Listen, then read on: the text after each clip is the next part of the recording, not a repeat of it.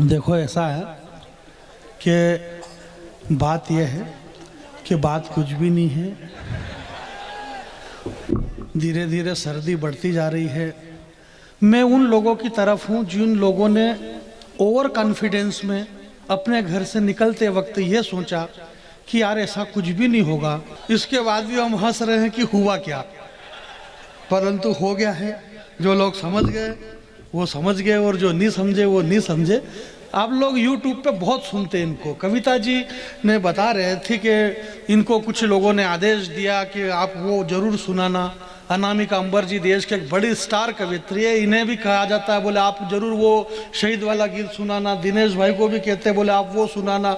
सौरभ भाई के लिए सुभाष जी के गीत के लिए कहते हैं, जावेद साहब के लिए भी कहते हैं आप वो सुनाना। मेरे को किसी ने कुछ भी नहीं कहा कि आप वो सुनाना, आप ये सुनाना। और मेरे को इसलिए नहीं कहा कि भाई जो परफेक्ट ड्राइवर होता है उसको कहने की क्या जरूरत है।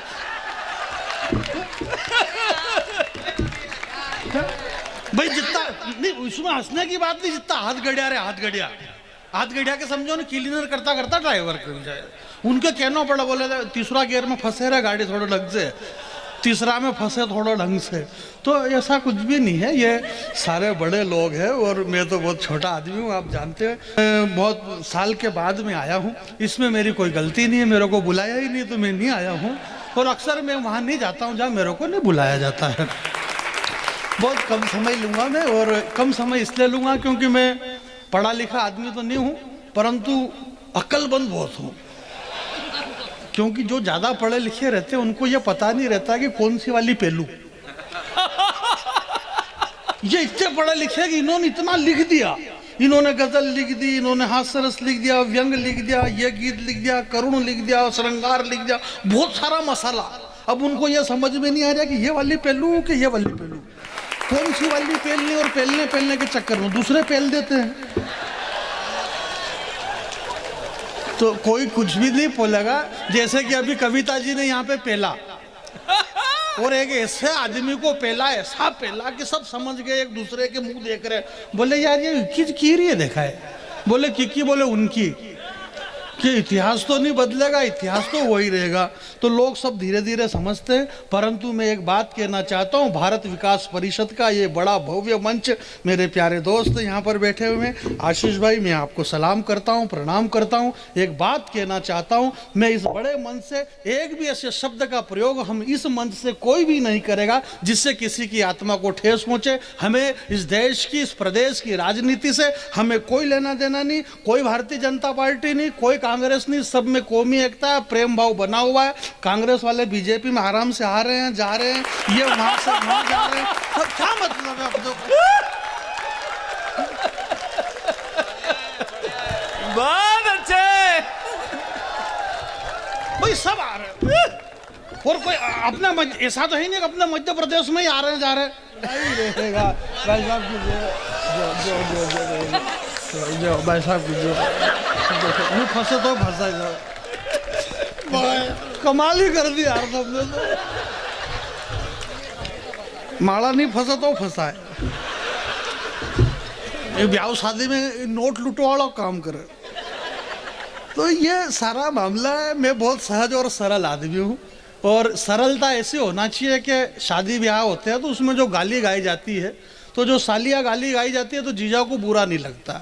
तो राजनीति पे हम ऐसी कोई भी बात करना ही नहीं, मेरे को कोई मतलब ही नहीं। मैं तो बहुत छोटा आदमी हूँ, ये सारे बड़े कवि हैं। अनामिका अंबर जी को आपने देश में कितनी बार, कितने साल से चैनल पे आती है, एक बड़ी स्टार है। सौरभ भाई, जावेद साहब पूरे देश दुनिया में जाने जाते हैं। दिनेश भाई और कविता तिवारी जी आज पूरे देश दुनिया में। डॉक्टर कुमार विश्वास की सबसे प्रिय और बड़ी कवियत्री है हिंदुस्तान में। हरिओम पंवार जी के बाद एक बड़ा नाम उभर करके हमारे बीच में आया। कविता जी के लिए आप ताली बजाइए। ये सारी बातें, कुंवर जावेद साहब को पूरा देश दुनिया जानती है। अनामिका अंबर देश की एक इतनी बड़ी कवियत्री है जिससे हमारा गर्व से सीना चौड़ा हो जाता है। ये सारी बातें मैं इसलिए कह रहा हूँ कि जब इनका नंबर आए तो ये भी ऐसा बोले कि अभी आपके बीच में श्री बैरागी जी पढ़ रहे थे।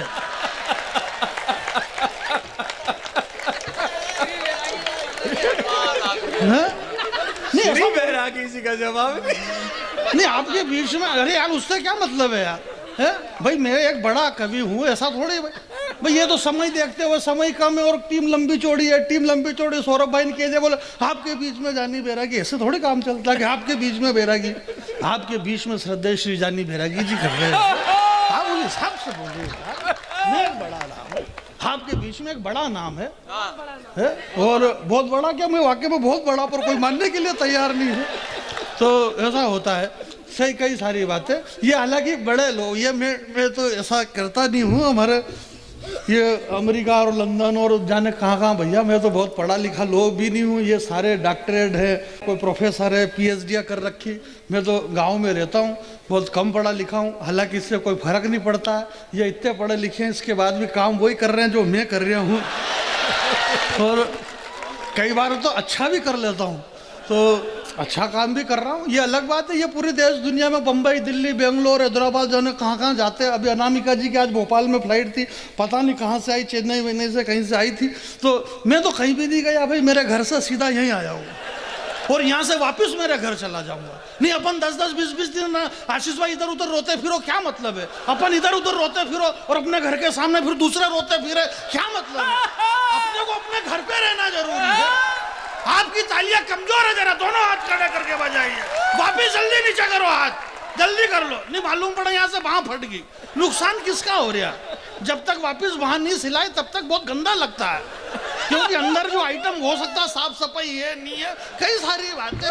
मैं आपके एक कविता सुना देता सौरभ भाई, बहुत बढ़िया। एक नई कविता, मेरी माता बहन यहाँ पर बैठी हुई है, बहुत बढ़िया। नेताओं को लेकर के कई सारी बातें हुई है, मैं बहुत प्यारा, बहुत बढ़िया। अभी रोहित बहुत प्यारा लड़का है। रोहित ने कवि सम्मेलन की शुरुआत करी। आदमी के पास में मतलब एक बात है सौरभ भाई कि हालांकि ये भाई भाई मैं कहता नहीं हूँ इस पवित्र मंच से, ये बहुत बड़ा पाप यहीं से हो रहा है। ये माँ सरस्वती का मंच और यहाँ से पाप। मेरी दोनों बहनें बैठी हुई है, मेरा छोटा भाई बैठा है, ये मेरे बड़े भाई सब, ये कितना बड़ा पाप। भाभी भी है, आज तो भाभी भी है और भाभी है तो यार भाभी इनकी होगी, मेरी थोड़ी है ये, मेरी तो बहू है यार। ये सौरभ मेरे से छोटा है और बहू भी काई के लिए लगे मेरी। और ये कहाँ रहता है? ये शाजापुर रहता है, ये इंदौर रहता है, ये कहाँ रहते हैं, मैं कहाँ रहता हूँ? मेरा बाप क्या यूं रोता फिरता था, क्या मतलब है यार? मर्जी पड़ा वो भाई बहन कोई किसी का भाई बहन नहीं है। जावेद साहब मेरे भाई लगते, क्यों लगते मेरे भाई? यार जावेद साहब मेरे भाई कैसे हो गए ये बताओ मेरे को। ये पाटीदार है, मैं बैरागी हूँ, ये जैन है, ये कौन है, ये शर्मा जी है, ये वर्मा जी हैं। जो है वो वही रहने दो, जबरदस्ती फोगट में खींचो मत। कौमी एकता और काहे की कौमी एकता है?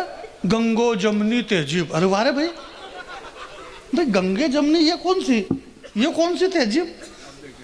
भाई गंगा भी अपनी है और जमुना भी अपनी है, ये तो दोनों अपनी है कि इसमें कौन सी नई बात है? ये कुरान और ये कुरान दे और इसका सवाल ये करे और सब, ऐसा कुछ नहीं भैया। इस हिंदुस्तान के अंदर मेरा ये मानना है जावेद साहब, सौरभ भाई एक बहुत अच्छी बात कह रहा हूँ, मंच पहली बार सुनेगा इस बात को कि आपने कविता तिवारी जी को सुना है। आज इनके जो, मेरा ये मानना है कि जो जैसा है उसको उसी फील्ड में अच्छा बनने दो। जो मुसलमान है हिंदुस्तान का वो मुसलमान ही रहे और ईमानदार मुसलमान रहे, और जो हिंदू है वो हिंदू ही बन करके रहे। कोई इधर उधर आने जाने की कोई जरूरत नहीं है, जो जाए वहीं रहे। क्या मतलब है यार?